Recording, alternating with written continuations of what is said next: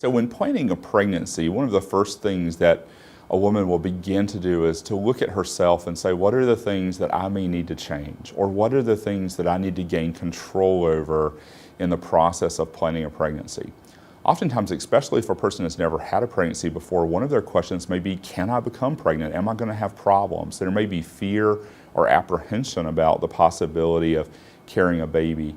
And oftentimes women may even believe that they can't have a baby. And I think that's one of the really sad aspects that we see, is that the majority of women can have a healthy pregnancy and a healthy baby. They just need to have that specific planning to take place and ensuring that that does take place. So ideally, we want to get involved before the pregnancy even takes place in planning the preconception care of the patient. But we realize in many cases, pregnancy may not be planned. It may be something that happens and the woman finds out I'm pregnant. Oftentimes we become involved very early in pregnancy. Oftentimes between 8 and 12 weeks, we begin discussing the development of the baby, how we're going to approach nutrition, how we're going to approach any deficiencies that mother may have. For instance, we know that certain autoimmune disease carries risks for certain vitamin deficiencies or nutrient deficiencies that need to be addressed. We begin talking about weight gain and what goals for weight gain there may be as pregnancy goes forward. And we also do a complete evaluation of what are the medications a person are on going into pregnancy. One of the misconceptions is that all medications are unsafe for pregnancy. And so one of the concerns we have is that women may stop all of their medication, thereby putting them back into their disease activity with their autoimmune disease, potentially worsening the outcome for the pregnancy. So we like to get involved very early in pregnancy to begin dispelling some of those myths and really discussing what the optimal course of care is for this group of women. So when looking at autoimmune disease, if you go way back in autoimmune disease management, our mainstay was steroids. And certainly one of the goals that we look at when going into pregnancy is how can we minimize the exposure of steroids or reduce steroids to the maximum ability across that pregnancy. We know that steroids, for instance, contribute to things like gestational diabetes. They may also contribute to certain birth defects at high doses. Certainly steroids can be used at moderate to low doses safely in pregnancy, and we can help guide that process of what that is.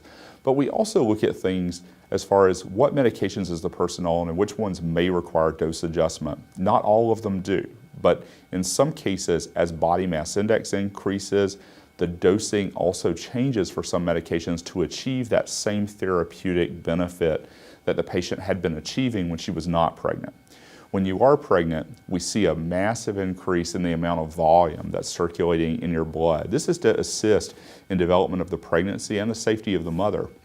So approximately 40% more fluid circulating throughout the body. So obviously these things adjust medications. And then the way that we get rid of medications is important as well. So renally excreted medications, we know that women often say we go to the bathroom a lot more commonly. Well, it's true. They actually do filter 40% more through the kidneys. So as a result, you may also see changes in medications through the amount that is eliminated. So you have to think about both what we're putting in and what we're taking out of the course of pregnancy, because the pregnancy itself is modifying how the mom's body works in order to support that baby. When you have autoimmune disease is linked to inflammation. Inflammation is a process that's occurring in our body. It's mediated through our immune system, and it has a lot of impact. A lot of the impact of autoimmune disease stretches across that spectrum of how inflammation is affecting different body parts, whether that is our vascular system or whether that is our kidneys or what the specific things are. So medications can help in blunting that process. And importantly, high states of inflammation are also associated with problems with implantation at the time of conceiving a pregnancy, and may also lead to increased risk for miscarriage, small birth weight babies, preterm birth in some cases, as well as miscarriage in some cases. And so getting control of inflammation is really important in optimizing pregnancy. If you think about the process of the baby is going to develop for 9 months, the implantation, the establishment of the connection between the mother and baby through the placenta is perhaps the most important aspect of gaining a healthy course of pregnancy over time.